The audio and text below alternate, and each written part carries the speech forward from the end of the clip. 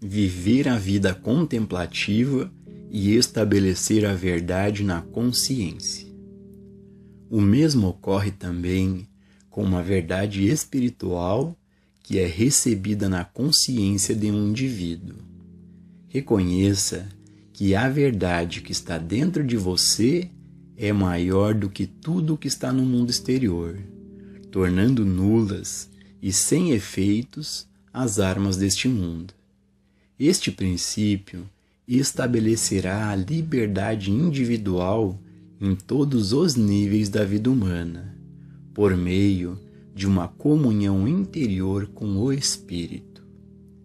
Essas ideias estabelecidas na consciência, ponderadas, meditadas, comungadas internamente, se estabelecerão externamente. Homens aqui e ali darão voz a essas verdades e, por serem autoridades em seus campos, serão acreditados. Então, podemos dar um passo maior para estabelecer o reino de Deus na terra, vivendo a vida contemplativa. A vida que vivemos como estudantes do caminho infinito não é realmente uma vida religiosa, como geralmente se pensa na religião. É uma vida contemplativa, a vida na qual ponderamos, meditamos e cogitamos sobre a realidade. É uma vida em que comungamos com nosso eu interior, ou espiritual. É uma vida que, por meio da receptividade, nos torna responsivo às comunicações do infinito para o indivíduo. É uma vida na qual buscamos na fonte divina o nosso bem, uma vida na qual não somos escravos das palavras. Muitas vezes, uma palavra toma conta de nós, e então somos as vítimas dessa palavra. Palavras como ele, ela e aquilo. O diabo geralmente assume a forma de ele, ela ou aquilo. Na verdade, todo o mal está vinculado a essas palavras. Mas o que devemos fazer é olhar além de cada ele, ela e isso no mundo e perceber: Deus é a fonte do meu bem. Deus é a fonte do meu suprimento.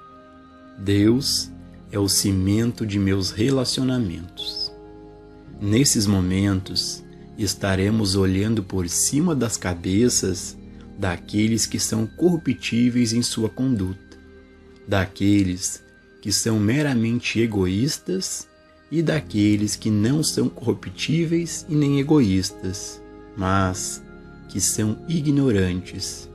E agradeceremos a Deus que a liberdade não está à mercê de qualquer um deles, que a liberdade é um dom de Deus. E é Deus quem estabelece a liberdade na terra como no céu. Então, em vez de ficar com raiva de alguém, ele, ela ou isso, qualquer sentimento de raiva é direcionado a nós mesmos, por termos sido escravizados por ele, ela ou aquilo. Se buscarmos amigos, parentes, pacientes ou alunos, estaremos buscando errado e algum dia ficaremos desapontados. Mas, se mantivermos nossa missão acima de suas cabeças, não buscando o homem cujo fôlego está em suas narinas, se mantivermos nossa visão na fonte divina de nosso ser, então nenhuma arma levantada contra nós prosperará. Podemos compartilhar com cada ele, ela e aquilo, mas deixamos cada um livre para cumprir seu próprio grau de compartilhar ou não. Às vezes, viver dessa maneira resulta em pessoas sendo retiradas de nossas vidas. Outras vezes, isso não acontece e elas permanecem conosco. É quando temos que subir cada vez mais alto e ser indiferentes à sua conduta. Devemos nos elevar para onde possamos perceber: nada disso me afeta. Estou olhando para o reino dentro de mim, para a minha fonte. Minha unidade com Deus constitui minha unidade com todos os seres e ideias espirituais. Deus é minha liberdade. Deus é minha vida, a fonte de tudo o que sou e sempre posso esperar ser. Isso era verdade antes de eu nascer e será verdade depois que eu deixar a visibilidade. Apenas alguns nascem com o instinto espiritual de querer dar, e, visto que dar não é natural para as pessoas, toda criança deve ser ensinada não apenas dos 10 mandamentos, mas que é mais abençoado dar do que receber. Ser obediente aos 10 mandamentos, no entanto, não significa viver a vida espiritual. A retidão do estudante espiritual deve exceder a dos escribas e fariseus. Deve ir além de uma obediência literal à lei. Deve ser uma realização interior. Viver como convidado da vida. Uma das experiências mais libertadoras que uma pessoa pode ter é quando ela pode entender o significado de: a terra é do Senhor e toda a sua plenitude. O entendimento desta verdade eliminaria o equívoco generalizado que existe a respeito do dízimo, visto que aqueles que praticam o dízimo raramente conhecem a falta ou limitação. Acredita-se que, se as pessoas pudessem aprender este princípio, elas sempre seriam prósperas. Isso não é verdade. O dízimo é uma prática que pode ocorrer apenas quando as pessoas interiormente recebem a compreensão dos dons de Deus que receberam e, em gratidão, decidem compartilhar parte deles. Esta partilha é feita com a ideia de agradecimento pela realização da graça de Deus, e é por isso que aqueles que praticam o dízimo espontaneamente são sempre generosa e abundantemente supridos. Que tolice acreditar que possuímos algo e que isso é nosso, ou mesmo que o conquistamos ou merecemos. Somos hóspedes da vida, e a vida nos proporcionou tudo o que é necessário para a nossa realização. A liberdade é nossa como herança espiritual. Portanto, a liberdade é uma qualidade e uma atividade que nos é dada como hóspedes da vida, e não precisamos nos preocupar com o que comeremos, beberemos ou com o que nos vestiremos. Isso não nos coloca na posição de parasitas que levam tudo, nem concede a uma pessoa o direito de fazer o que quiser. Devemos perceber que, com esse privilégio, vem também uma grande responsabilidade. Tudo o que recebemos é para compartilhar, não para armazenar onde a traça e a ferrugem corroem. De graça recebestes, de graça dai. Somos convidados da vida.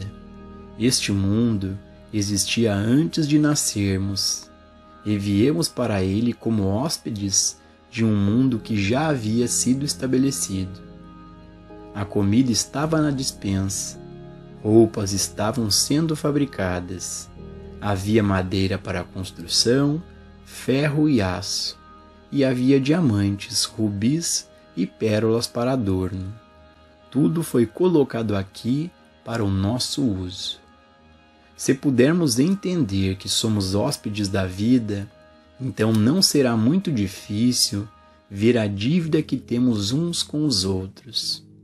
Sabemos que, se fôssemos hóspedes na casa de alguém, um retorno seria esperado de nós. Nunca teríamos a sensação de que possuíssemos algo na casa em que éramos hóspedes, mas que estava tudo ali para o nosso usufruto e conforto, e tudo sem qualquer consideração monetária. Ao anfitrião, à anfitriã e aos convidados dessa casa devemos gratidão, ajuda, cortesia, cooperação e compartilhamento, dando e recebendo com alegria. Individualmente, devemos chegar à conclusão de que nosso propósito na Terra é habitar harmoniosamente nesta casa espiritual, neste reino de Deus que está na Terra, conduzindo-nos como hóspedes inteligentes se comportam. Se formos capazes de fazer isso, toda a nossa atitude em relação ao outro mudará, mas somente depois que a experiência ocorrer dentro de nós. É como um alcoólatra que deseja se livrar do alcoolismo, mas não pode ser livre até um certo momento em que algo ocorre em sua consciência. Então, de repente, ele está livre, porque agora não tem poder para ser outra coisa.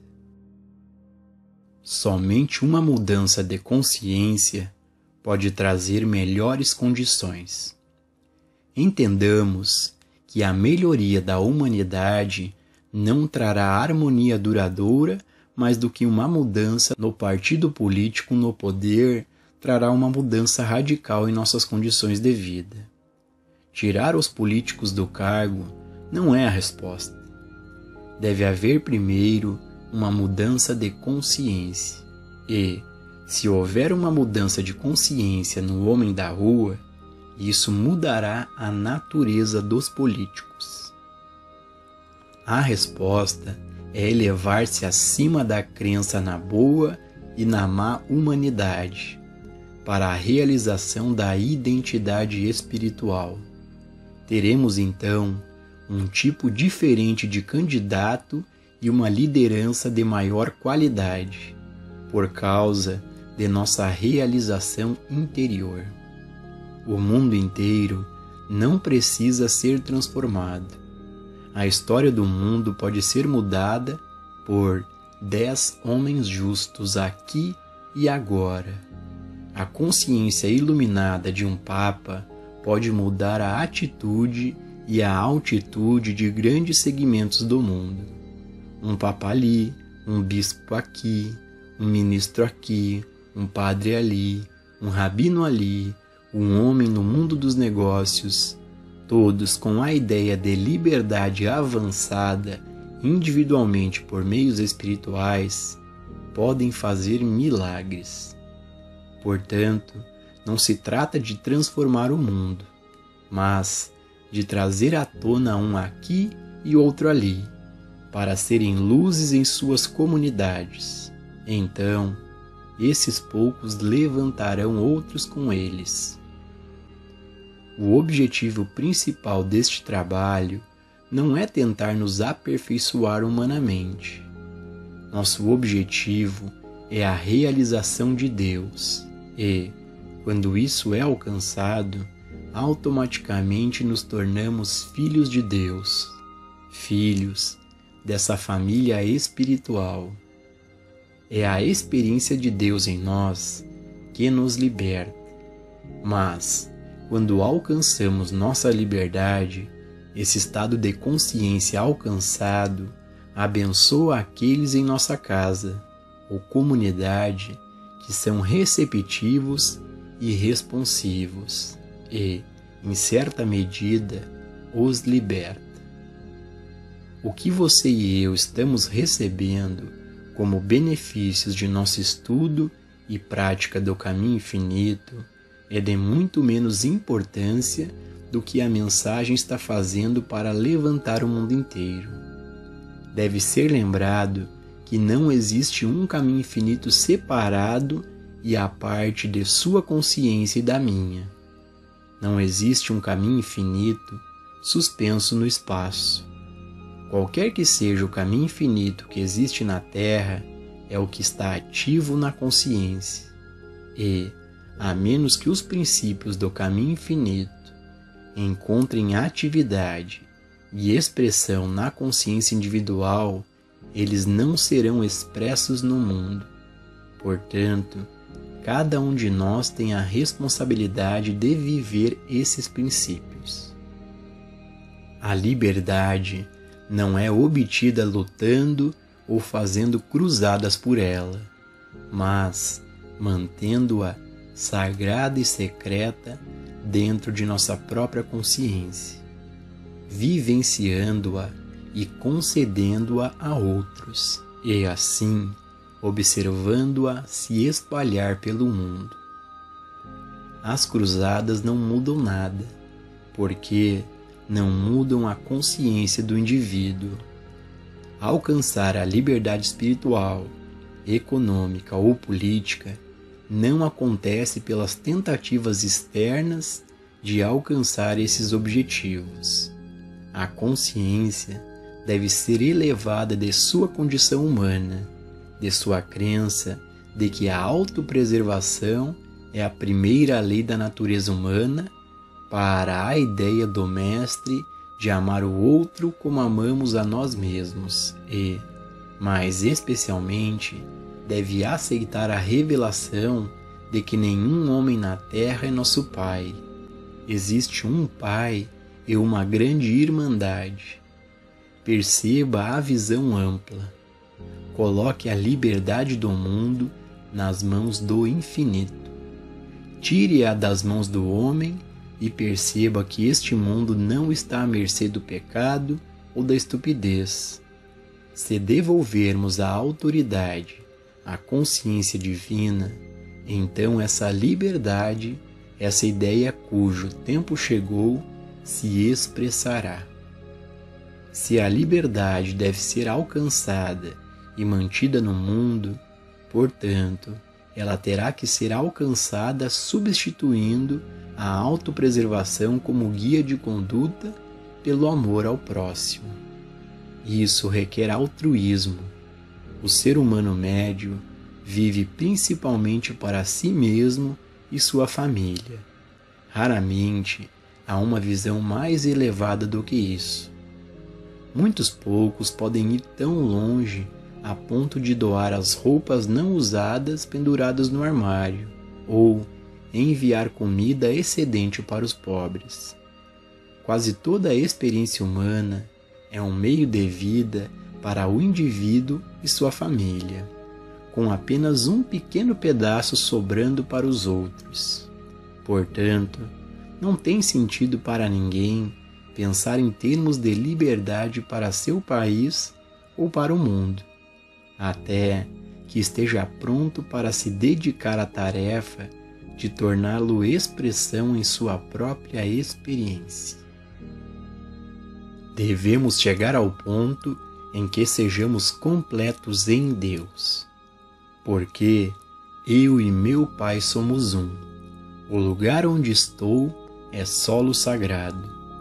Esta é a liberdade espiritual em que o homem é totalmente dependente da graça de Deus. Só então ele alcança a liberdade. Ele tem que saber que, mesmo que todo o seu bem terreno fosse tirado dele, ele ainda está em solo sagrado, e os anos perdidos do gafanhoto serão restaurados. Olhe por cima das cabeças das pessoas e veja a graça espiritual que é onipresente, que é a fonte de toda a harmonia humana. Tente visualizar essa tela maior da vida, de modo que você não meça sua vida espiritual pelo que ela está fazendo a você e aos seus, e apenas a você e aos seus. Em vez disso, veja como a medida de liberdade espiritual que você atinge e é a medida de liberdade espiritual que você está devolvendo ao mundo, acelerando o dia da liberdade para todos. Como convidados da vida, somos apenas visitantes temporários da Terra. Não nos é dado possuir nada aqui permanentemente, porque não podemos levar nada conosco quando partirmos, exceto os tesouros espirituais que acumulamos. Mas lembre-se de que todo tesouro espiritual que levaremos para o próximo plano da existência é um tesouro espiritual que também deixaremos para trás. Não é finito, é a própria onipresença. Uma vez que adquirimos a realização de uma verdade espiritual, ela é nossa por toda a eternidade, mas também é aquela que ficará para trás na consciência da humanidade, para se multiplicar. Esta é a lei espiritual.